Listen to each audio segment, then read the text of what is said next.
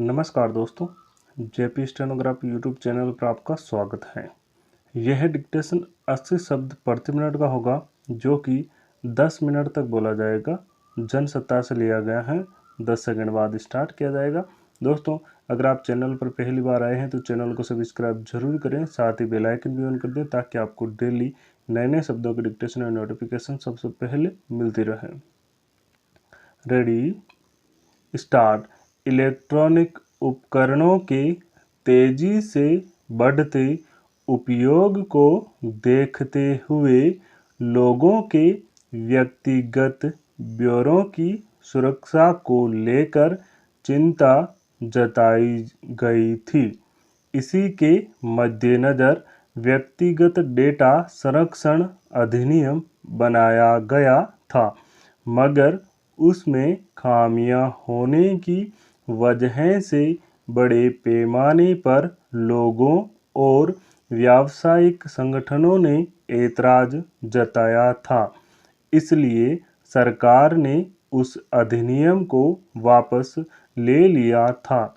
पिछले साल इसमें संशोधन करके लोगों की राय लेने का प्रयास किया गया और उसी के आधार पर अब इसे अंतिम रूप दे दिया गया है। केंद्रीय मंत्रिमंडल ने डिजिटल व्यक्तिगत डेटा संरक्षण विधेयक 2023 को मंजूरी दे दी है और इसके मानसून सत्र में कानूनी रूप पा जाने की उम्मीद है। इस विधेयक में व्यक्तिगत डेटा का दुरुपयोग करने वालों पर भारी जुर्माने और आम लोगों को मुआवजे का दावा करने का प्रावधान किया गया है। इसमें अलग अलग 5 प्रकार के दंड निर्धारित किए गए हैं।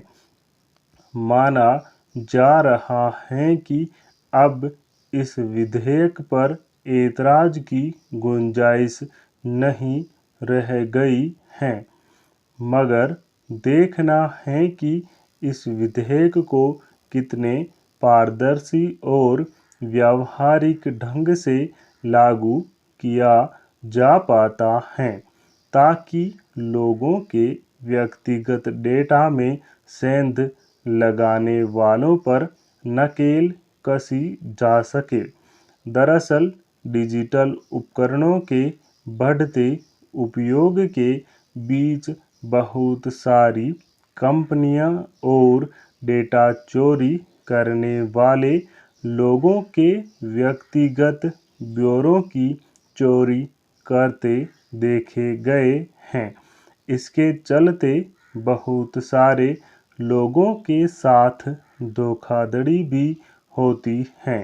बैंकों से पैसे निकाल लेने, ठगी करने की अनेक शिकायतें आती रहती हैं। बहुत सारी कंपनियां, संस्थान खुद लोगों से जो व्यक्तिगत विवरण मांगते हैं, उन्हें दूसरी व्यावसायिक कंपनियों को मामूली पैसे पर बेच देते हैं। ऐसे में लोगों ने अपने व्यक्तिगत विवरणों की सुरक्षा को लेकर चिंता बनी हुई थी। इसी चिंता को दूर करने के लिए नया विधेयक लाया जा रहा है। हालांकि व्यावसायिक कंपनियों को ऐतराज़ था कि चूंकि वे लोगों के व्यक्तिगत डेटा अपने उपयोग के लिए जमा करती हैं, इसलिए अगर उनके व्यावसायिक उपयोग पर रोक लगेगी तो उनके कारोबार पर असर पड़ेगा।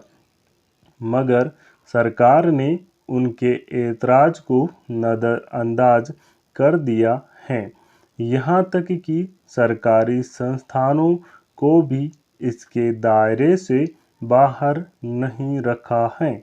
जाहिर है, इस विधेयक के कानूनी रूप में लागू हो जाने के बाद कंपनियों के मनमाने तरीके से लोगों के व्यक्तिगत डेटा के उपयोग पर अंकुश लगेगा। वे नाहक लोगों को फ़ोन करके परेशान करने से भी बचेंगी। सबसे चिंता की बात लोगों के मोबाइल फ़ोन, मेल, कंप्यूटर आदि से उनका व्यक्तिगत डेटा चोरी करके उनके बैंक जमा खाते या दूसरी तरह की जमाओं में सेंधमारी करने वालों पर नकेल कसना है। पिछले दिनों जब फ़ोन पर संदेश आदि के जरिए इस तरह की सेंधमारी करने वालों पर नकेल कसने की कोशिश की गई तो उन्होंने व्हाट्सएप के जरिए यह धंधा शुरू कर दिया। इस तरह इसमें उन सेवा प्रदाता कंपनियों की भी जवाबदेही बनती है जो अपने ग्राहकों को मोबाइल, इंटरनेट आदि सेवाएं प्रदान करती हैं।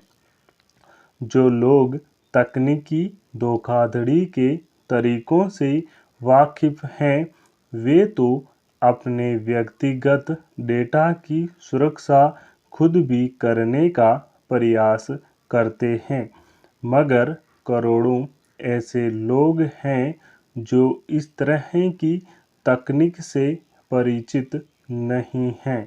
वे अक्सर सेंधमारों के चंगुल में फंस जाते हैं।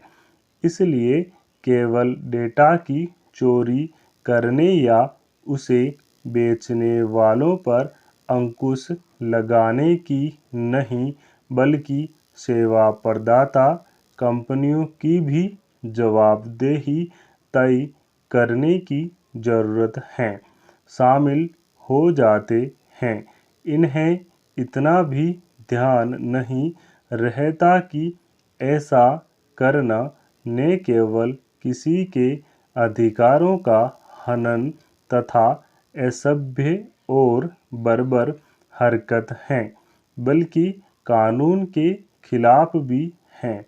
ऐसा अक्सर होता है कि भीड़ के हाथों हत्या की ऐसी घटनाओं के बाद जब पुलिस सक्रिय होकर कानूनी कार्रवाई करती है, तब पकड़े गए आरोपियों को समझ में आता है कि उन्होंने क्या गलती की है। हालांकि जिस पुलिस को समय रहते सक्रिय रहकर कानून व्यवस्था की जिम्मेदारी निभानी चाहिए, वह घटना के बाद सक्रिय होती हैं। उम्मीद की जाती है कि कोई समाज वक्त के साथ अपनी जीवन शैली और सोच समझ के मामले में ज़्यादा सभ्य और संवेदनशील बनेगा। किसी भी घटना को लेकर अचानक आवेश में नहीं आएगा और उस पर विचार करने के बाद ही अपनी राय बनाएगा।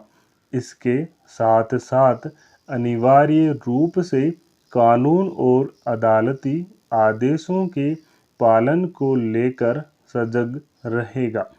मगर आज भी ऐसे मामले अक्सर सामने आते हैं जिनमें लोगों को अपने विवेक का इस्तेमाल करना जरूरी नहीं लगता है, खासकर जब लोग समूह में होते हैं।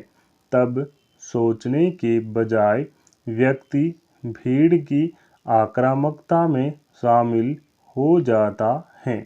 इसका एक कारण कुछ असामाजिक तत्वों की ओर से निराधार बातों को लेकर फैलाई गई अफवाहें और उसके जरिए बनाई गई धारणा होती है।